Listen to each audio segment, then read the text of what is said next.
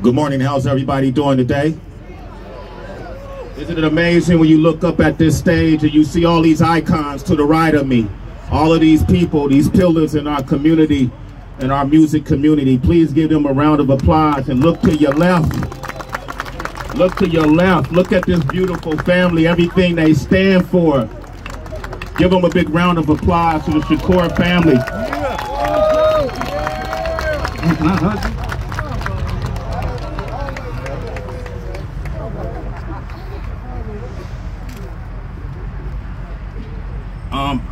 Geez, I've been getting emotional since I've been getting older, so bear with me.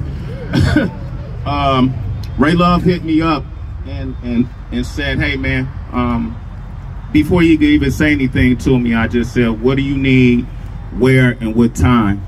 I had no idea what he was gonna ask. And I told him, don't worry about me, I'll be the least of your worries. You ain't gotta accommodate nothing, I'm just gonna be here for this purpose, because I never got a chance to say thank you to Tupac. And so today it'll be my opportunity to say thank you, because he confirmed for me what my role was to be in this culture. You know, I had an idea when King Tech and I first started as MCs with a group called Flynamic Force that I was gonna be like MC Hammer. Hammer used to come in the store with a bunch of busted records and sell all this music, and I was like, yeah, we gotta do like Hammer doing, you know? And we were on our way, we signed a major deal, but then somehow we ended up on radio with 106 KMEL. And that's when our relationship with Tupac began. When Tupacalypse Now started, well, actually when Digital Underground was first putting the pieces of the puzzle together, we had an opportunity to be a part of Digital Underground. We chose to go a different direction. And when that whole collective started, Saphir, Money B, you know, Tupac, everybody was there. We were all like in school together. We all grew up together in this, and we all kind of assumed our roles. As I became more prominent in radio, we became syndicated, and we start spreading what we do in the Bay across the world through our radio stations. I still wasn't sure what my role was to be. And I got a call in 1996 from Alex Mejia by way of Layla Steinberg. Give her a big round of applause. That said, Tupac wants to talk with you. And I hadn't spoken with him since the 6 films that he starred in. That deserves a round of applause. All the success he had, and in that conversation, it ended up being one of the last interviews that he ever did. And I recall during the interview thinking to myself, what am I doing here? What is my purpose? What do I ask him? I'm his friend, I'm his brother, but I need to challenge him on some of these things I'm saying. And the interview went on to become a really prominent interview everywhere in the world.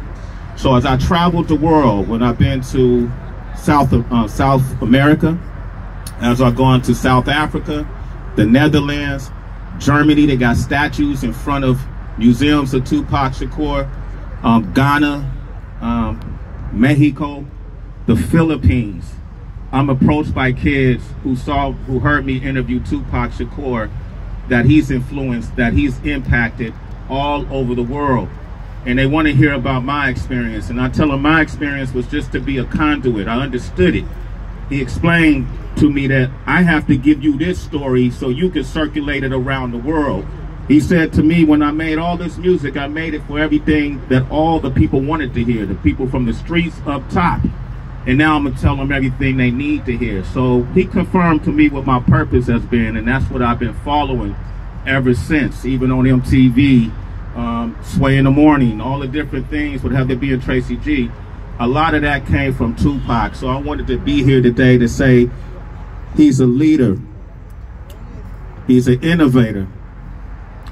His duality, his fight for the people, he stood 10 toes down, and that fight that he fought for us resonated all around the globe. Anybody who was in an oppressed society could identify with Pac. He gave us hope. He let us understand that that indoctrination that was filled into our mindsets was false. We're never lesser than.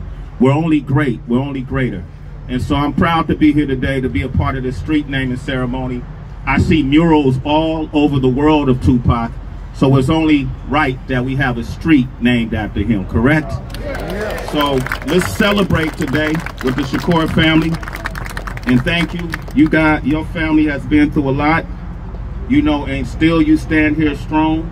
You look amazing, you know, and we know that energy never dies. So he may not be here in the physical, but if you look at all the conversations that's had in hip-hop culture, music culture, who's the most debated? Who's the most discussed? Who's the most celebrated? That man passed on in 1996, and to this day we talk about him like he's here in front of us. He's easily the greatest voice to ever come out of this culture, the one and only Tupac Shakur. We're going to celebrate him today. I saw Spice One in here too. Where's Spice One at? Chico, you around? There you go. Give it up for Spice One. Look at him. Look at him. Did I do that right? That was... How are you? Blah! Spice, come do it real quick for us, man. Come on, man. Bring Spice One to the stage, right? I know we got time issues. I got it. Been doing this a long time. I'll speed it up. Give it up for Spice One. You know, I used to go pick Pac up the street up there. We stayed up the street in them apartments. I used to go pick him up. We ride around here and be talking to females, whatever. I think we was both under 21. I was like 20, he was 19. He had just did Juice, and I just dropped 187 proof. Yeah. And we was waiting by the liquor store trying to get somebody to get us some alcohol. And you know they come up and dude come up and he like, man, you know, don't you got a song about alcohol? Like, I'm like, yeah, I do got a song about alcohol. He said, you know, you Tupac, huh? He was like, yeah. I was like, we need some Hennessy and a 40 ounce of Old English. So, you know, after he got the 40 ounce of Old English for us, we started walking around. We was walking around somewhere back there or whatever down the street, and Popo pull up on us. I throw the Hennessy in the bushes. Pac threw the 40 ounce in the bushes. Popo run up, he like, make us take it, pick it up. I'm picking it up. I'm like, first I'm like, pick up what? You know what I'm saying? He told me, you know, I pick it up, and he made us drink it. Me and Pac was staggering all around here.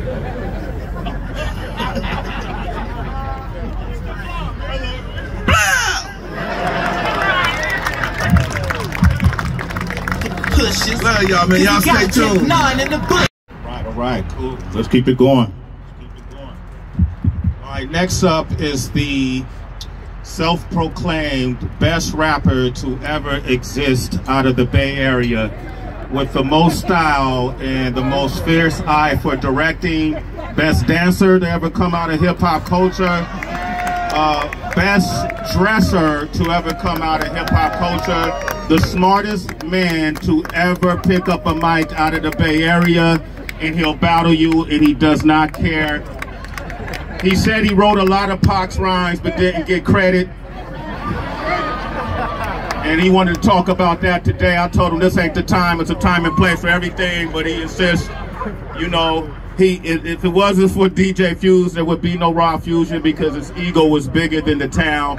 I want to welcome him to the stage, ladies and gentlemen. Give it up for my brother, man. I love this man, and he truly is an important, pivotal part of our history in hip-hop out of Northern California. All jokes aside, give it up for the one and only Money B. So look, me and Sweat were actually talking. We said that if we don't tell our stories, then someone else will tell our stories for us, right? So I know I'm supposed to keep it short, but I'm just gonna tell it quickly. A lot of you probably thinking, why is Tupac Shakur way here, down by the lake? You know, why ain't it in East Oakland? You know, he's a thug and all that. Well, Tupac's first set of keys that he ever had to anything was right up the street and in his apartments. And, you know, when I get into the story, I have to talk about 3 Digital Underground members that aren't with us anymore. That's, of course, Shock G, Smoothie Smooth, and Dion Big D the Impossible, right? Important players in why we're here right now. Obviously, you know, the way Pac came up, he didn't have credit, so he couldn't get an apartment on his own, right? So this apartment up the street, one of our group members, Smoothie Smooth, he was the apartment manager in that building. And along with Atron and Shock G I don't know who paid for what, but they were able to get him into that apartment. And, you know, when me and Pop, when we first go on the road, he had never had anything. So when we were roommates, everywhere we go, he just throw his clothes wherever he sat down, his blunt ashes would go everywhere. And I was like, well, when he gets his apartment, he'll learn how to. No, it never happened. You go over there, it was just, you know, but it was, you know, it was wild times, right? But in that same apartment, along with Big D, you know, that was Pac's first producer, DJ, my childhood friend, where they created most of the music for Tupacalypse Now, right up the street in that apartment. And I just remember, you know, just being in there, and even then, when he had his own space, the music was always playing. I don't care what time you went over there, there was always music playing. And I'm not talking about Jodeci or something. It's beats, because he's always creating, he's always working. And it was almost like that was the factory. That's where, whenever you walked in, you had to pick up a pen, be ready to work, because that's where it was going down, right? So my fondest memory of him living there is not even in his apartment, because I used to live on Wayne Avenue on the other side of the lake, right? So, you know, we used to always back and forth. Anybody that knew Tupac knew he couldn't drive, right? So I remember he got his first, was it Cherokee? He had this Jeep Cherokee, that was his first car, right?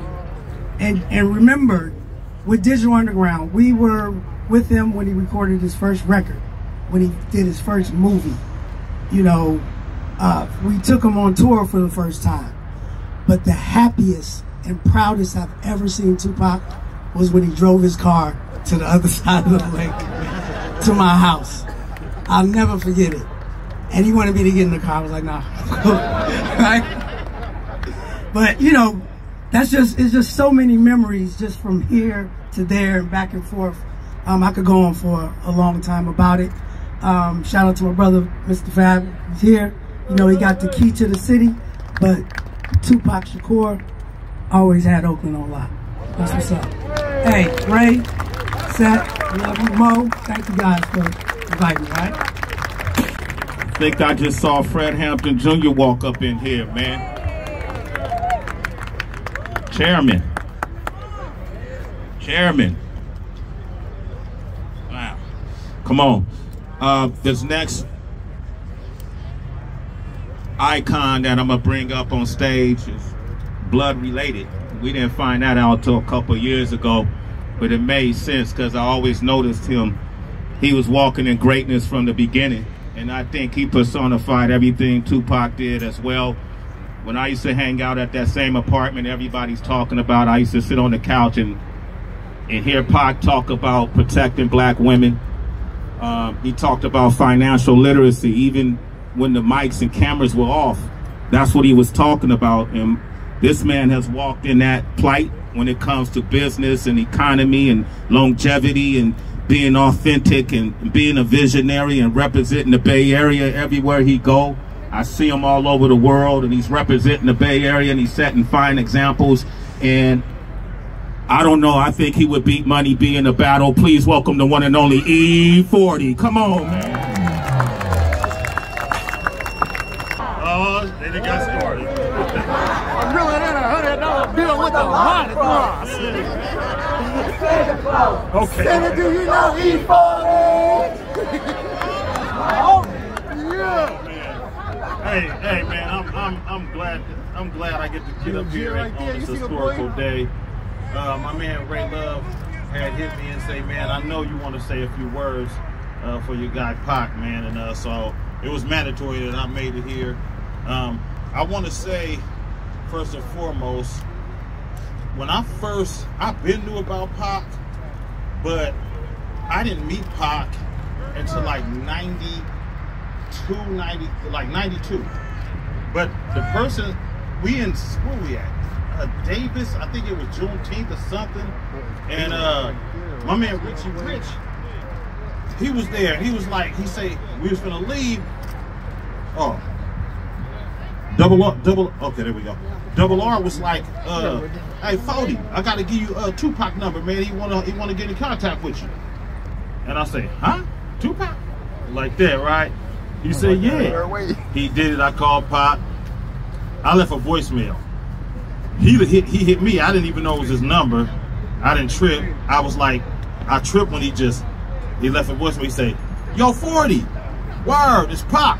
You know, he had a little bit of New York in him. Word, right? So I hit him, man. From then on, come on, man. I mean, we just talked, and we talked about things that a lot of people might not even talk about, man, you know. But he was genuine. If he liked you, he loved you. If you was on some sucker stuff, he ain't feeling you because he was too real.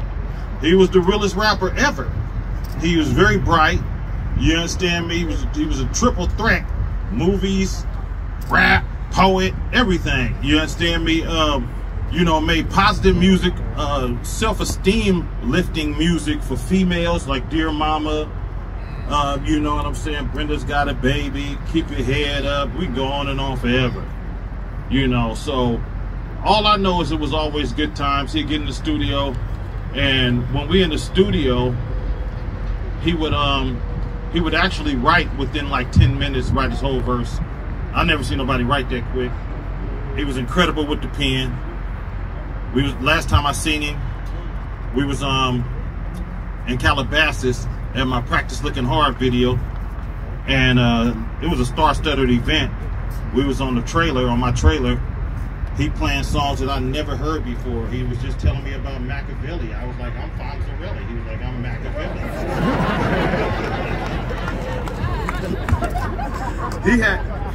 He had a song. I tripped out because I didn't even know on that same year, the Hall of Game album, I had a song produced by Mike Mosley, and it was called Things That Never Change. And so I didn't know. I put that out. I didn't know like a year later or a few months later that he had to record it around the same time or even before he had the song Changes. Bruce Hornsby, we both sampled it. It's crazy. That's the pattern we was on. But the songs that he played for me when he was, you know, he told me it kind of bothered me. I never heard nobody say this before. He said, 40, I got albums that for when I die. He told me that. It sounds regular now, but at that time, it was kind of shocking to me, you know what I mean? But I understood it. And now I know I got albums for when I pass. Because that's all I do is record. This is our art. We got a passion for rapping. This is what we really do. I really feel in my heart that Tupac is in heaven because he believed in the Lord real heavy. You know what I'm saying? He spoke up for our people, for our culture. You understand me? And he was one of them. He the greatest rapper that ever did it, man. He did so much in so little time. You understand what I'm saying? So I don't want to take up, speaking of time, I don't want to take up everybody's time. But this is a great event, and I know he's looking down and hecka happy, hella happy. So I love y'all. 40 Water out. He became the first West Coast rapper to ever be signed to Def Jam Records. Put out that Don't Do It. He's been doing, if you look at his cars, if you look at his bikes, if you look at his style, he was that before the rap game. Truly a Oakland figure. Give it up for the one and only Double R, a.k.a. Richie Rich. I met Tupac in 1991 in a very peculiar situation. A female who lived in Berkeley, her name was Teresa. She called me, she was like, Rich, I got somebody out here from New York. I want to introduce you to him. You guys have a lot in common. I think you guys will really hit it off. She didn't tell me his name. She said, and he needs some smoke. I'm there. If you need me, scream Double R when you see me. I'm there. I drive to Berkeley. I pull up. I meet this guy, this kid. He's a young guy. We handle the business. We exchange numbers. 91, I gave him my mama's number. You know, you used to have your house phone back then. We wasn't really popular. I gave him my phone number, and we just kind of linked. We started hanging out. It wasn't about music. It was just, in general, hanging out. I had 415 going at the time. I think it was probably the hottest thing in the street at the time. So he spoke to me about wanting to do music, and I told him, I said, bro, you on the Black Power stuff. I'm on this gangster thing. Like, it's a different thing. He like, we're going to do some music. we didn't end up working in a studio till years after that. I think his first album that I was on was the Me Against the World. And then on the 1996 release of All Eyes on Me. I got two quick stories, funny stories. A prelude to what Money said about him and this Jeep that Atron bought him. Atron bought Tupac a brand new Jeep. The apartment was up there. He called me. He said, I got a car, pull up on me, let's smoke. So I pull up on it. This apartment they're talking about, where you park is in the back of the apartment. And it's a catwalk to drive out of this thing. The Jeep is back there. He like, come on, let's go get some blunts. I said, all right. He said, I don't know how to drive. I said, well, let me pull it out. No, I got it. I get in the passenger side. Pac pulled out, pinned the mirror up against the passenger window, dragged the Jeep all the way down the wall. All the way. This is a true story. Dragged it all the way down the wall. And I'm like, dude, you messing up the truck. He said, man, I ain't never had nothing. I'm just happy. Let's get some blunts. We get to the store, and I get out, and the whole side of the truck is trashed. He didn't care nothing about things. He cared about people. He was just that kind of guy. We ended up working, doing songs in the studio. He's actually one of the biggest reasons I got signed, because he told me, man, you got to get signed. You got to get a deal. Get a deal. Get a deal. He wrote me a few times when he was in Dannemora talking about he was going to be coming home. So he was like my little brother. And I tell people, I said, he's like the little homie who turned to the big homie, because you know what he did. I mean, he skyrocketed. But I remember being at home one time, and he called my mom's house. And my mom said, is somebody on the phone for you named Tube Socks? And I said, who? He said his name is Tube Socks. I said, no, Mama. He said, Tupac. She said, well, get on the phone. So, me and that man, we had a whole lot of good memories. I keep a lot of me and his business private because it was me and his business. He was more than a human being. He was an angel. He was a gift, and he was a God. Okay? I feel blessed. My heart is beating right now talking about my guy. I feel blessed to be able to do any of the things that me and him did, whether it was nightclubbing, hanging out, recording, whatever. What I want you guys to know about that guy is this place here, he loved this place. He loved Oakland, and he talks about it all the time. So, man, I'm just glad to be here. I appreciate your sets. Thank you. Mo Preen, Ray Love hit me. He like, Rich, I got to get you out here. You know, I wish he would have told me the sun was going to be out, because I would have just wore my t-shirt. You hear me? It's hot up here, man. Let's make some noise for Tupac. Well, if I do that, the red lint is all over the thing. You know what I'm talking about? Let's make some noise for Mr. Tupac Amaru Shakur.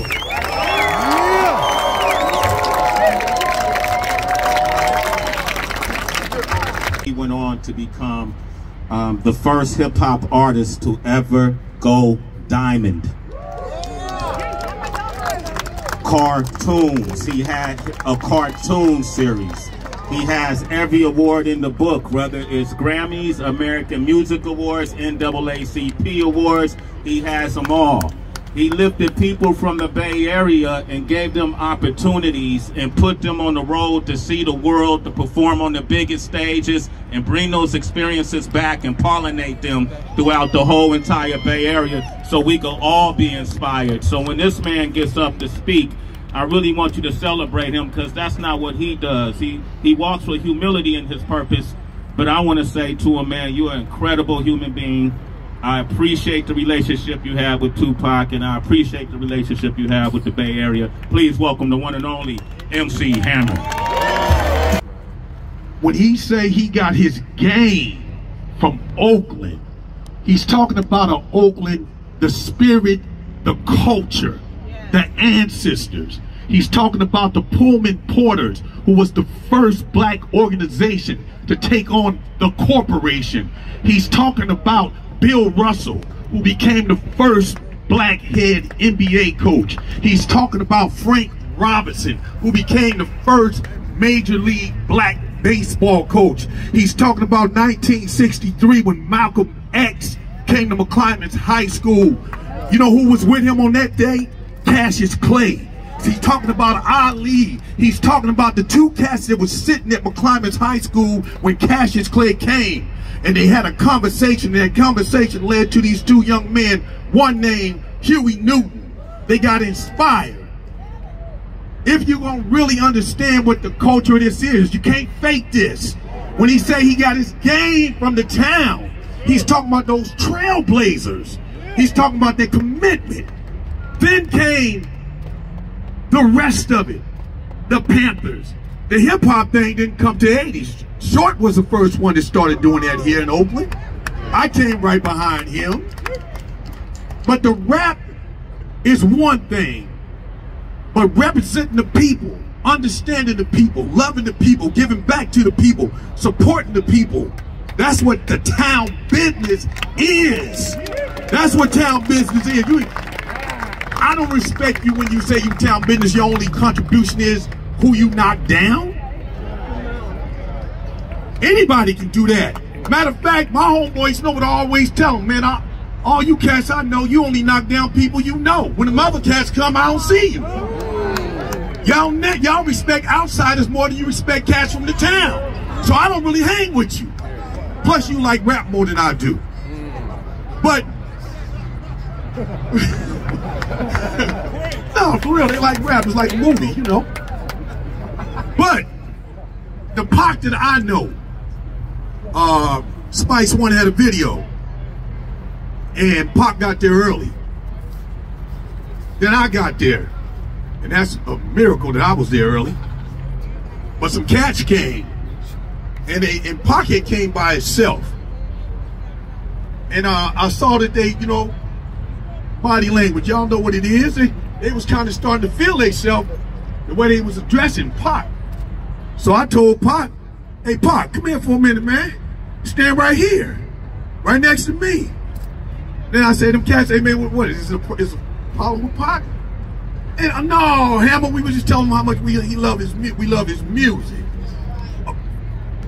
The next time that I saw Pac, the stories earlier are the stories before Death Row. The Pac I was with was his last 8 months at Death Row. I was with him every day. Even the last day, the last night. Even the 2 days before that, we were in New York. But you ain't never heard me talk about no stories on nobody's platform. You ain't heard me go to none of these Hip Hop 50, and just for the record, I got invited to every one. But I really don't have the patience for the fakeness. I'm really, you know what I'm saying? I'm really 60 years old. So I can't really, you know, I can't get with the fakeness of it all. You know what I'm saying? Like, I can do it with a young cat, but I can't come around old cats and still be pretending. What you want me to call you? Six shooter. Hey, six shooter. Man, come on, man. Man, come on, man. Ain't none of your bodies turned up yet. I just can't do it. But I might, you know, I don't know, but Pac got me out here today.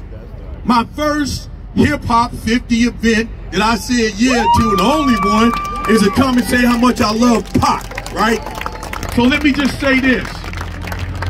Let me just say this. So from December all the way until that night in Vegas, every day or every other day I was with Pac.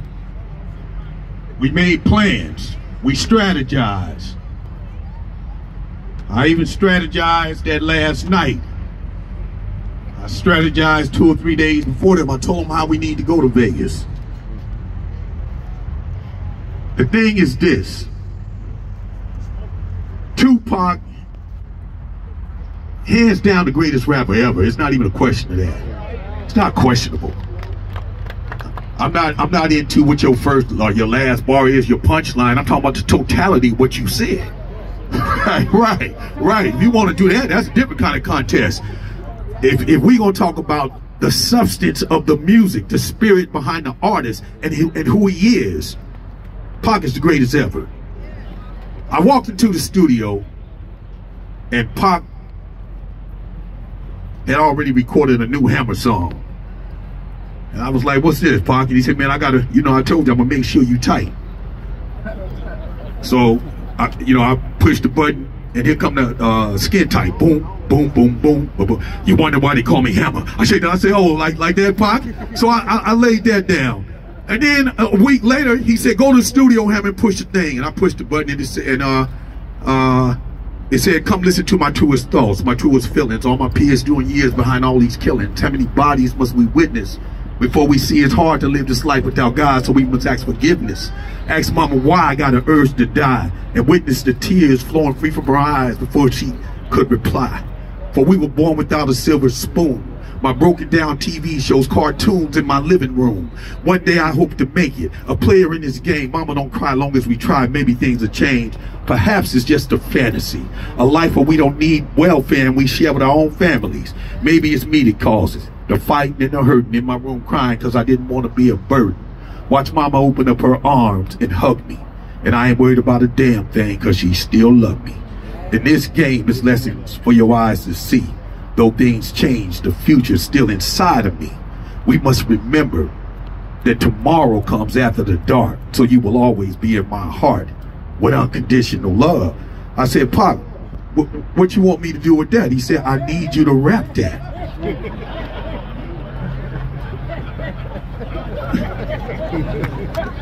I said, you want me to represent?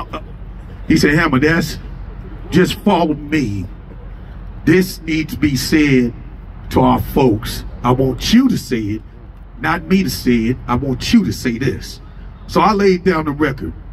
And I want to just end this by saying, Pac was committed to a future of business, touring. He said, Hammer, this is what we gonna do. We going on tour, we gonna start at the top of Seattle. We going all the way down to San Diego, but we only going to high schools.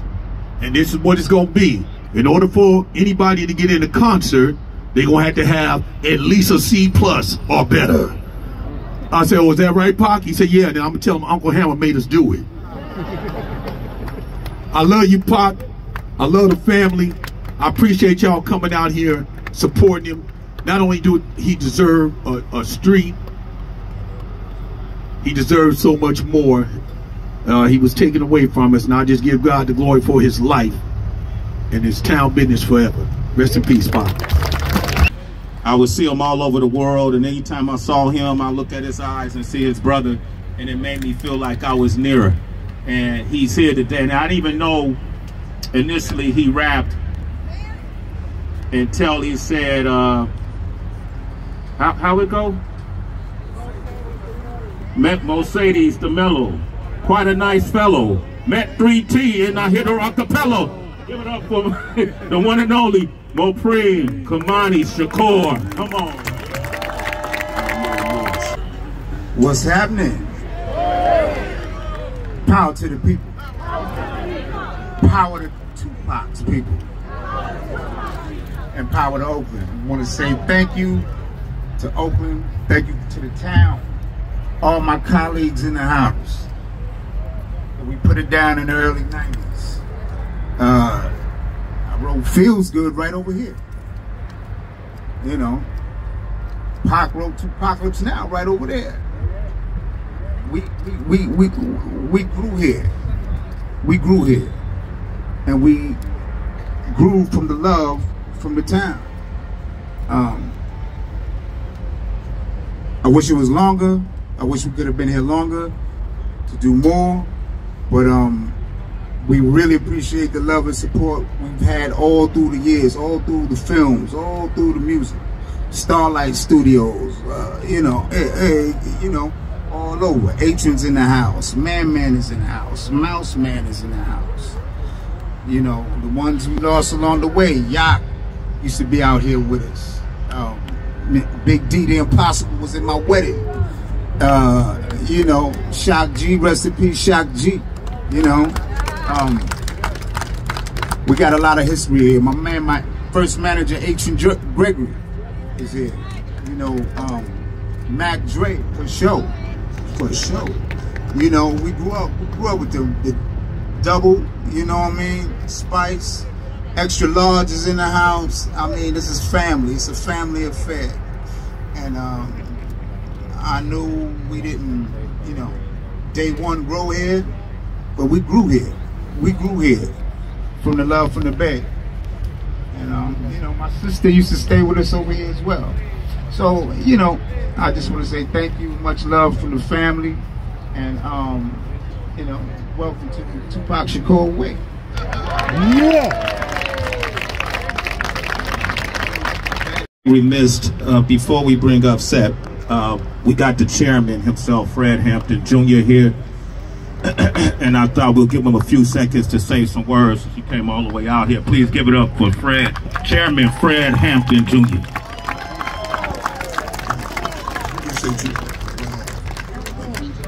You got this revolutionary ritual we do, y'all. We say heads up, eyes open, and fists clenched. Right on. Heads up, eyes on, the fists clenched. Right on. It's the call, free them all. Pac's sister, Pac's brother, Pac's family, my sister, my brother, my family. Brother asked me earlier, he said, did you ever get the opportunity to touch down with Pac directly? I said, no. However, we was connected. When I was here, first of all, this historical stomping ground, Oakland, California, y'all. The birth of the Black Panther Party, y'all. Historical stomping ground, right on. Right on? Right on. Legacy is more important in your life. Real quick.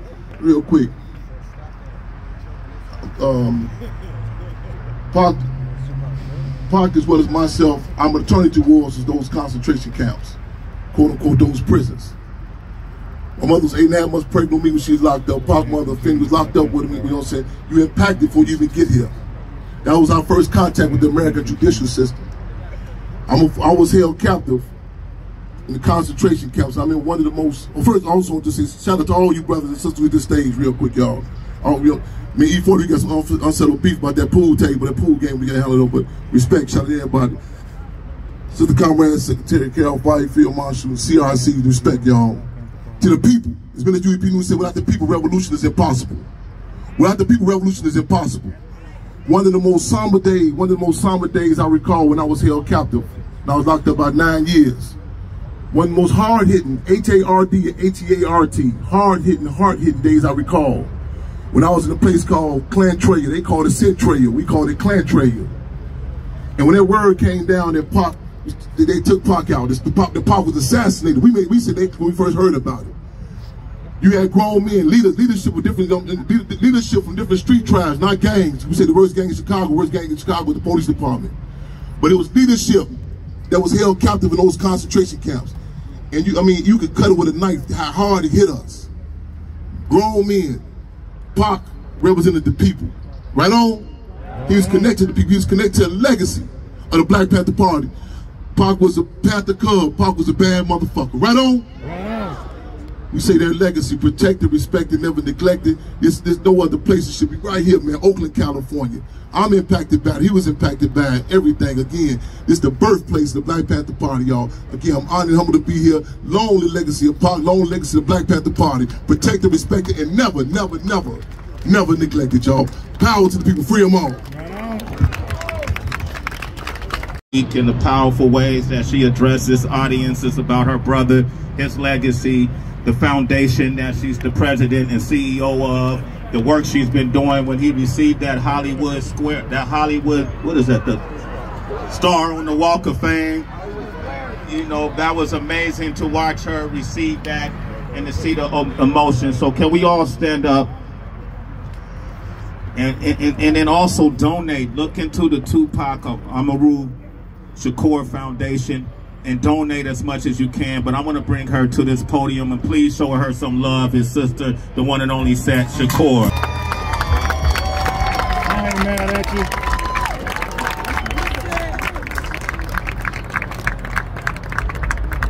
you. Peace, everybody. I'm going to say again, peace, everybody. Peace. I am the proud daughter of Mutulu and Afeni Shakur, the proud sister of Tupac Amaru Shakur, Mopane Shakur, Talib Shakur, Aize Jama Everett, and Chinua Shakur.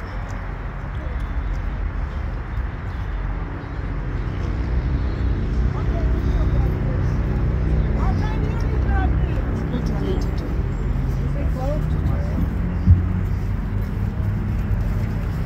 I'm grateful for everybody on the stage, everybody who came today. Thank you, Karanga, for answering my call. Thank you, Mr. Fab, for answering my call. Yeah. Always thank you, Ray, for being the right hand to the right hand. Thank you so much. Thank you to all state and city officials for being here, for helping this happen. Thank you for showing up the way that you do for our people. Everybody here who spoke already spoke about the rappers, spoke about their friend. I'm going to speak about my mother and my father's son.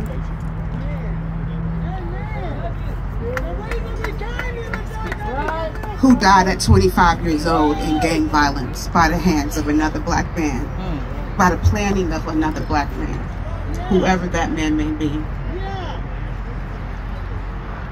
We came to the Bay Area in the 70s. My mother brought us here while she was fighting for the freedom of my uncle and godfather, Geronimo Pratt. We know the Bay Area from the stories of Jonathan and George Jackson. My brother was told stories over and over again about Bobby Hutton, Bobby Seals, Huey Newton. We have to be able to, like our ancestors, fiercely fight and love our people. On these streets, you can't mention my brother's name if you're still taking a black man's life. You can't mention my brother's name if you're not taking care of children and guiding them in the right direction. You can't mention my brother's name if you are abusing a woman and holding her down underneath your thumb and calling yourself a pimp.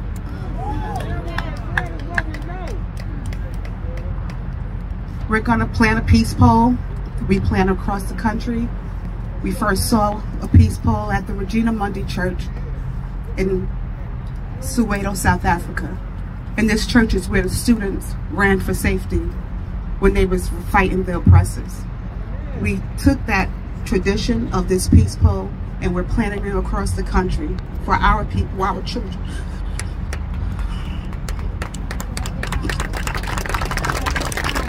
To be able to find a safe space for our community to claim a safe space.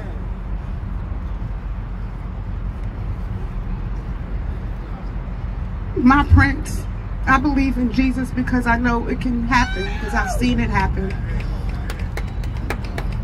Because the same way that man put his life on the line for his people's sins, I watched my brother put his life on the line for ours. We live in the prophecy today. 27 years after his passing, I can't say he'll still be in these streets. I hope in 20 years, if we had him these 20 years, these streets would be different. We've been stunted by the fact that he died before his sentence was finished, before he got to explain what thug life meant, what thug life looked like. It was about taking care of ours. It was about feeding ours. It was about being a shield for ours. Thank you, brothers. Thank my brothers. Thank these sisters here. Thank the organizations that support me as a family member and my foundation as well across this country to do the fight. But we have to stop selling tickets to our pain. We have to stop dancing to our pain. Yes. We have to start acting in the way of not just Pac, but all of our ancestors that we want to evoke their names at times like this. No, but every day, whenever there's a child that's killed, that's in the name of Pac, and that's blasphemy. We should be completely offended. It's blasphemy. If there's somebody dying, it must be because he hurt a child. He beat a woman. We have to be protecting ours. So Tupac Shakur Way, let it be better than Martin Luther King boulevards around the country. Yes. Please, Let his spirit live on the rest of these years under these streets and in your hearts and in the way that you walk and in the way that you stand. You listen to his music, you really love my brother, live like you do. Let him live through you. That song that played, the reason I let it play out was because he was describing, he was talking about his brothers in the street that may not be going the same route that he was, that might not be looking the same way he do right now. But I still love you and I'll still support you. We have to fiercely love our people under every street name, but especially under Tupac Amaru Shakur's name. Peace and thank you. I'm going to say real quick, my father died in July.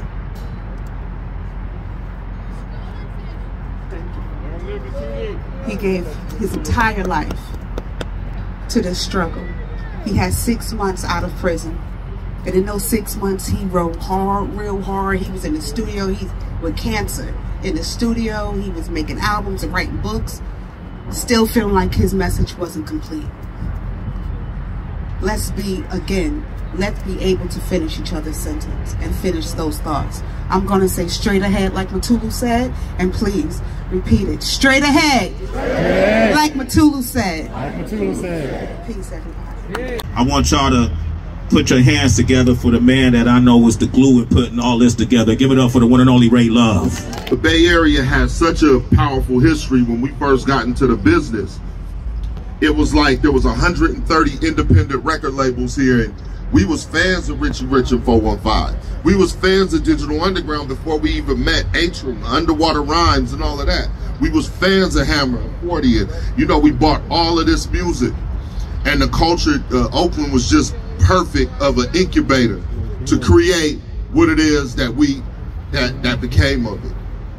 I really wanted to do two things before I'm gonna keep it short, but I wanted to say to the three of you, I love you, all three of you, with all of my heart.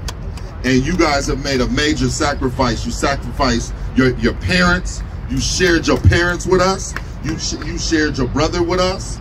You shared your family's love with our whole community. And it don't always come back. Everybody not always standing up like that for y'all. But I stand here for y'all, and the truth is, they're the ones that made this happen. I just was a conduit and just a part of it. But they're the ones who gave me the word set, said, I don't want anybody to get hurt under my brother's name. I don't want another street with a black hero and it ain't safe for a baby to walk down or safe for our elderly to be there. So that's what we considered when we put this together, was that we want this space right here in Oakland to be a safe space for our elderly, for the kids. You know, Seth's gonna talk about, you know, peace poles. We're gonna put a peace pole right there so that we can all agree, and it's gonna take everybody to agree. It's gonna take not just the rappers, it's gonna take the street cats too. It's gonna take our city officials. It's gonna take everybody to come together and say, okay, we want this space right here cordoned off for our family, for our elders, and for our people. I wanna read something to you. Just, you know, people ask me why I go so hard for Pac. The Tupac that I knew when I first met him was one of the most loyal friends you could possibly have. The first day I met him, he invited me to his neighborhood, and I said, man, you know, my neighborhood, his neighborhood didn't really get along at that time. He said to me, well, you gonna come with me, man. If they get you, they gotta get me too. I've known him about 3 hours. We recorded 5, I'm not kidding either, about 3 hours. And he was dead ass serious till the wheels fall off. Tupac wrote a letter to me and Mark Dorado, and I want to share it with you. I want you to know the Tupac that I know. With all of this talk of contracts, I want to take the time to make my own pledge to you. He's talking to me and Mark Dorado. It is my goal to achieve maximum success without compromising my principles. And at the same time, spread knowledge, drop science, and build with math. At no time will I abandon you, because I consider you my brothers.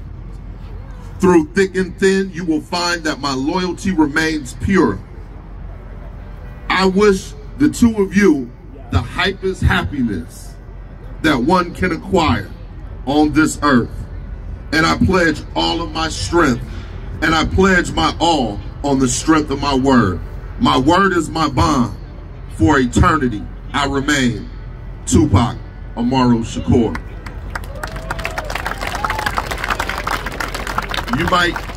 You might not know this, but the last conversation I had with Pac, he was doing a video for I think it was like California Love Remix, and it was like the first time we sat and talked on the phone for a long time. And the line he was pushing, he was like, man, I'm gonna get all of our enemies and anybody who ever did anything wrong to you. And I'm like, he still felt a sense like, I saw everything that people said about you. I saw what people did to my people, to any one of my people, and I'm gonna take that fight. I'm gonna stand for you. Since he's been gone, it's a few of us that still stand for him, stand in his stead. If I would have died and he would have been alive, he would have been doing these things for me, for my family, for my kids, and for my parents. That's the Tupac that I know. That's the only, really, the Tupac that I know. So all of this, man, really has very little to do with me, big facts, other than the fact that I got on the phone and called everybody. That's it. This is Tupac's day. He's deserving of that street. Man, I'm proud of everybody that came out today. Man, it was a real good look. It's been a real good look, and I'm gonna pass it off to the family. Thank you guys very much for your time. God bless you. We want everybody to turn around right now to that sign right there on MacArthur in the corner of Grand. Let's reveal the new street and make some noise where Pac can hear us. 5, 4, 3, 2, 1.